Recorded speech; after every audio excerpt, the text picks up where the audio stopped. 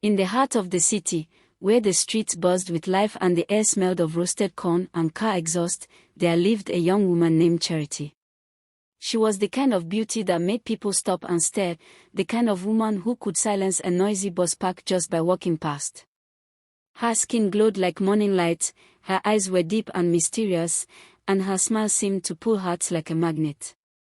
Everywhere she went, men wanted to give her things: money, phones, jewelry, cars, and even apartments. Some said she had the face of a goddess. Others said she must be lucky. But no one could deny one thing: Charity always got what she wanted. Her friends admired her, envied her, and secretly studied her. Some said it was the way she walked. Others believed it was her makeup, a special brand of powder that she always used before leaving the house. Charity never stepped outside without it. She kept a small container close, always inside her handbag. "I don't use anything fancy," she would say, laughing. "Just regular powder." But her friends weren't convinced. One day, her closest friend, Amora, followed her to a high-end beauty store and bought the exact same powder. She used it the next day.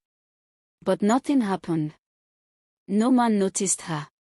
No one offered her a ride or complimented her. She frowned and told another friend, "Maybe the one Charity uses is fake fine. Maybe hers is custom." But still, no one dared ask her too many questions. Charity was generous when she wanted to be. She would pay for lunch, gift her friends clothes, even give them tips on how to act in public. But she was also private. And one thing she never shared was her powder. What her friends didn't know was this: that powder did not come from any beauty store. It came from a quiet house at the edge of the city, a place hidden behind a wooden gate and a thick mango tree. Inside lived an old spiritualist, a woman known by few and feared by many. She dealt with secrets, charms, and spiritual things that people whispered about but never spoke openly. It was 2 years ago when Charity first visited the woman. Back then, she was just an ordinary girl, beautiful, yes, but not powerful. She had grown tired of being overlooked. Tired of rich girls getting picked over her. Tired of struggling to survive in a city where beauty opened doors. "I want people to admire me," Charity had said that day, standing in front of the old woman. The spiritualist looked her over. "You are already beautiful." "I want to be undeniable," Charity replied. The old woman went silent, then walked into a back room. When she returned, she held a small round container of white powder. "This powder will draw people to you," she said. "They will want to give you things. They will follow you like bees to honey." But she looked Charity in the eye. "No one else must ever use this powder. Not even once. If someone else touches it, your fortune will turn." Charity agreed. She took the powder, paid the woman. That very week, things changed. Men stopped their cars to greet her. People offered her jobs, vacations, and endless gifts. Her Instagram followers tripled. She became an it girl in the city. But Charity remembered the warning. She guarded the powder like treasure. No one touched her bag. No one saw her apply it. Until one day, someone did. Charity had 3 close friends: Amora, Bisola, and Fifi. They were always around her, like bees around nectar. Wherever she went, they followed. They laughed at her jokes, took her photos, and praised her endlessly. But deep in their hearts, they wondered, what is her secret? One afternoon, they were at Charity's apartment. It was a beautiful place, clean, stylish, and filled with gifts from admirers. Perfume bottles lined her dresser, handbags were stacked like books, and the scent of vanilla floated through the air. "I need to step out quickly," Charity said, picking her phone. "Don't touch anything, please. I'll be back in 10 minutes. The girls nodded. As soon as the door shut, Amora turned to Bisola. This is our chance. To do what? Bisola asked. I want to see what's inside that small silver container she keeps in her bag. Fifi raised an eyebrow. That's her powder. Exactly, Amara said, her voice low. I just want to try it. Maybe it's really that thing that gives her power. Against better judgment, Amara tiptoed to the bag, unzipped it, and found the round powder. She opened it gently. It smelled faintly of jasmine and something else she couldn't place, something ancient. She dipped 2 fingers in and lightly patted her cheeks. Just more, she whispered. She won't even know. They all laughed quietly, and Amara returned the powder exactly where it was. When Charity came back, everything looked untouched. She didn't notice a thing. That evening, something strange happened. As Charity was getting ready to attend a dinner party hosted by a wealthy businessman, she began to feel dizzy. She shook her head, drank some water, and assumed it was the heat. But as she applied her makeup, she saw something in the mirror, a small rash on her cheek. It was faint, but it was there. She frowned. Her skin had always been flawless. Maybe I'm tired, she muttered. She covered it and left for the event. But at the party, things felt different. Men who usually greeted her eagerly walked past her without looking twice. A waiter spilled wine on her dress and didn't even say sorry. One man even asked, "Are you one of the servers?" Charity forced a smile, confused.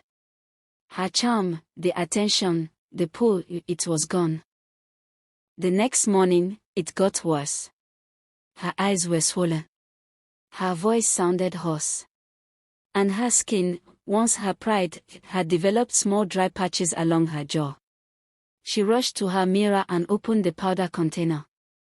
It looked the same. Smelled the same. But when she tried to use it, nothing changed. In fact, it seemed to make her face feel like it was burning.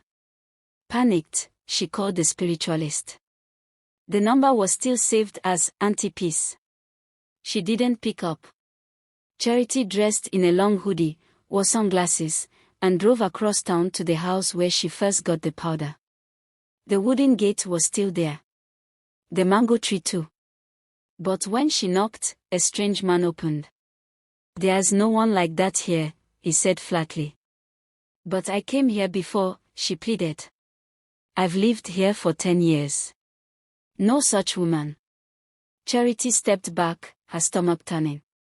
Her hands trembled.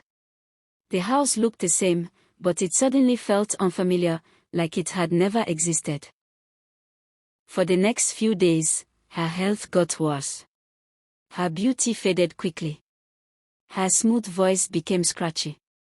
Her skin lost its glow. Her followers online started to drop. Her DMs were quiet. Men who once begged for her time now ignored her messages. Then came the final blow. One afternoon, she walked into a cafe and saw Amora, wearing bright lipstick, her face shining. Several men were around her, offering to pay for her drink, asking for her number.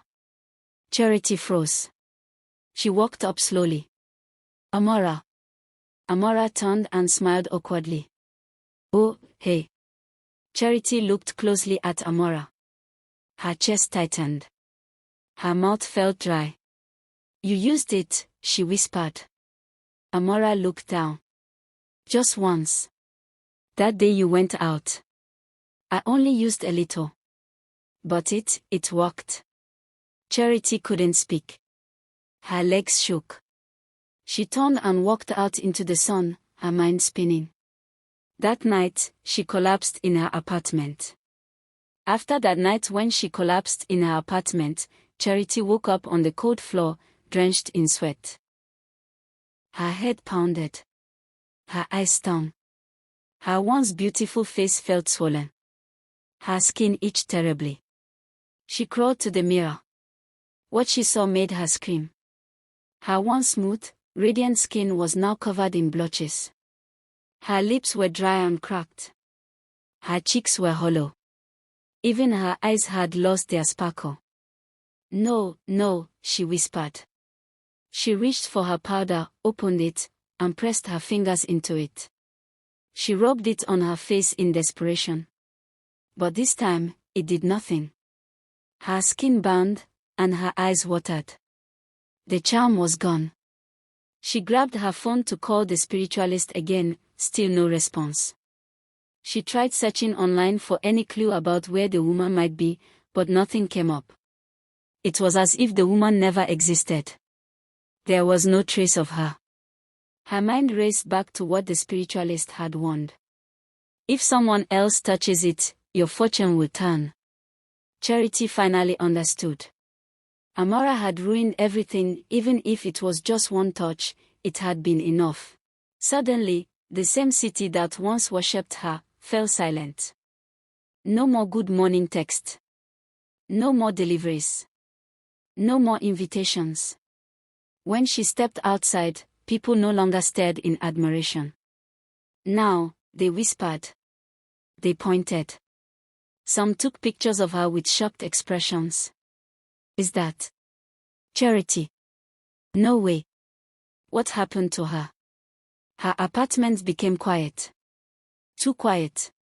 Her friends stopped visiting. Her inbox was empty. Her admirers had disappeared, like smoke. Worse still, her health kept failing. She lost weight rapidly. The doctors couldn't explain it. They ran tests, but nothing came back clear. One doctor said it might be a rare allergic reaction. Another suggested stress. Charity knew none of them understood the truth. She started having nightmares. She would see herself standing on a stage, her skin cracking, her hair falling out, while people in the crowd laughed at her. Each time she woke up, her heart would beat fast, her hands trembling. She locked herself inside for days. One rainy morning, there was a soft knock on her door. Weak and trembling, she opened it. To her surprise, it was Fifi, her old friend, the quiet one. "Charity," Fifi said softly. "I heard what's been happening. Can I come in?" Charity didn't speak. She just stepped aside. Fifi walked in and gasped softly at what she saw. Charity's once luxurious living room was now dusty. The curtains were half drawn. Dishes were piled in the sink. Charity herself looked like a shadow of who she used to be. She sat beside her. "I know about the powder," Fifi said gently. Charity's eyes widened. "Who told you?" "Amara," Fifi replied. "She told me everything. She said it worked at first. But then she started having dreams. Strange things. She said something is chasing her." Charity looked away. Fifi continued, "She's scared. She believes she has awakened something. I think you both need help." Charity whispered, "It wasn't just makeup. I went to someone. A spiritualist. She gave me the powder. I was warned no one else should ever use it." Fifi held her hand. "You need to speak to someone again. Maybe there's a way to end this. You're not well, Charity. You need to find her again." "I tried. She's gone," Charity said, tears in her eyes. It's like she disappeared into the air. Fifi didn't give up. She made calls, searched forums online. One day, she got a lead from a bus driver who said he had once dropped someone off at a house with a strange woman known for a spiritual beauty. Charity and Fifi followed the directions. The driver took them to a village just outside the city, a place where time felt slower. They walked down a narrow path and found a hut surrounded by tall grasses. Smoke rose from the back. And there, sitting under a tree, was the old woman, the spiritualist. Charity dropped to her knees immediately. "Mama, please, help me." The old woman looked up slowly, her eyes dim but knowing. "You broke the rule," she said. "You let another soul use what was meant only for you." "I didn't know." Charity cried. I didn't give it to her. She took it. Please. I'm dying. The old woman stood and walked closer. That powder, she said, was tied to your spiritual essence. It fed off your natural charm, amplified it. But it demanded secrecy. The moment another spirit touched it, the link broke and the power turned against you. Can you fix it? Fifi asked. The old woman shook her head slowly. The charm is broken. What she took from the world was not hers to keep. Now, it must be returned. What do I do? Charity begged. The woman looked into her eyes. You must give back everything you receive with it. The gift. The fame. The attention. You must empty yourself. Only then can the spiritual backlash fade. But that's everything I have. The old woman turned and walked back toward her hut. You wanted to be undeniable. Now, you must learn what cannot be denied, truth. Charity returned home and slowly began to let go. She deleted her old Instagram account. She gave away the clothes and bags men had bought for her. She sold the car she was gifted. She wrote anonymous letters of apology to 2 men she had tricked into giving her money, returning what she could. Each act felt like peeling away layers of her identity. Her apartment lease expired. She moved in with a distant aunt on the edge of town. The place was small, a 1-bedroom flat with no mirror in the living room. She didn't need one anymore. She began volunteering at a local school as a cook, helping serve food to children. The first time a little girl said, "Thank you, Auntie," Charity cried. She wasn't beautiful anymore. Not in the way she used to be. But the kindness in that child's voice made her feel seen. Weeks passed. Her health stabilized. Her face still bore scars, but the burning stopped. The nightmares faded. And though no one offered her gift or asked for selfies anymore, people began to notice something else about her: humility. She didn't talk much. But when she did, people listened. She told the headmistress of the school her story in private one day. The woman was shocked. "You were that Charity?" "Yes," she said. "And I don't want to be her again." One afternoon, as she was sweeping the school compound, a teenage girl approached her shyly. "Auntie," the girl said. "Some people say if you're not beautiful or popular, you'll never make it in life." Charity smiled sadly. "Don't believe that. Some things shine bright, but they fade quickly. Others glow slowly, and last forever." The girl nodded. Charity placed a hand on her shoulder. "Let your kindness be your beauty. Let your wisdom be your power. What comes by force never stays in peace." Years later, people in that part of town knew her simply as Madam Charity. She didn't talk about her past unless asked. She helped girls understand their value. She started a small foundation for street girls to learn cooking and tailoring.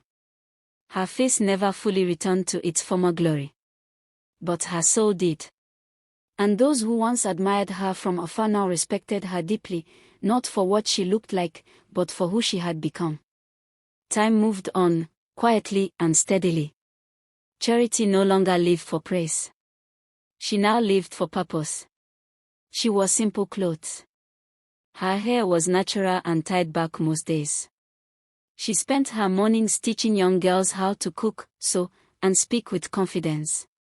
Her small center was called the Still Light Foundation, a name chosen because, as she said, some lights do not flicker or burn. They glow in stillness. In the neighborhood, people respected her. Shop owners greeted her warmly. Mothers trusted her with their daughters. Teachers invited her to speak in schools about self-worth, vanity, and the power of inner peace. She still bore the marks of her past, faint scars on her cheeks, shadows under her eyes. But no one saw them as flaws anymore. They saw them as truth. And slowly, Charity became something she had never been before. One cool afternoon, Charity was surprised to get a visitor, Amora. She walked with Amora to a quiet bench under a tree. "I didn't expect to see you," Charity said softly. Amora looked at the ground. "I came to say sorry. Truly sorry. I took your powder that day because I was jealous. I thought it would give me what you had. And it did, for a moment. But after that, everything fell apart. My relationships, my body, my mind. I haven't known peace since." Charity was silent. "I've gone from place to place, searching for answers. But I finally realized I stole something that wasn't mine to take." Tears filled her eyes. "Can you forgive me?" Charity looked at her, this woman who once laughed behind her back, who once stole her very essence. She sighed deeply. "I already did. A long time ago." Amora broke down crying. "But," Charity added gently, "forgiveness doesn't erase consequences. You must heal your life, the way I did.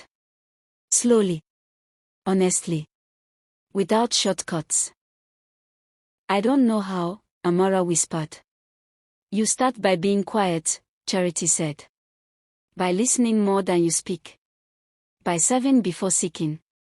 She stood up and looked at the small group of girls still kneading dough. "You can join us. But not as my friend. As a student." Amora nodded, tears streaming down her face. And so, the same girl who had once taken from Charity, now learned to rebuild under her guidance, not through powder, not through charm, but through humility. As the years passed, the Still Light Foundation grew. It moved into a bigger building. Donors came from across the country. Charity trained hundreds of girls, some from broken homes, some from the streets, others who had been lost in the pursuit of beauty and attention. She taught them to value truth. She told them stories of a girl who once had everything, and lost it all. And they listened with wide eyes, not knowing it was her own story. One day, a university student doing her final year documentary asked her, "Madam Charity, if you could go back in time, would you take the powder again?" Charity was quiet for a long moment. Then she said, "No. Because now I know, if something must be hidden to be beautiful, then it is not beauty. It is deception." On her 40th birthday, Charity sat alone on the same bench where Amora had once apologized. She was older now. Her body had changed. But she smiled as she looked out over the courtyard filled with girls laughing, kneading dough, painting, learning. She reached into her bag and pulled out something she hadn't touched in over a decade. The silver container. The powder was long gone, dried, hard, and useless. But she kept it as a reminder. She opened the lid, looked at the empty space, and whispered, "You gave me everything I thought I wanted. But in the end, you took everything I needed. Still, you led me here." She closed it and dropped it into a deep well behind the building. Gone forever.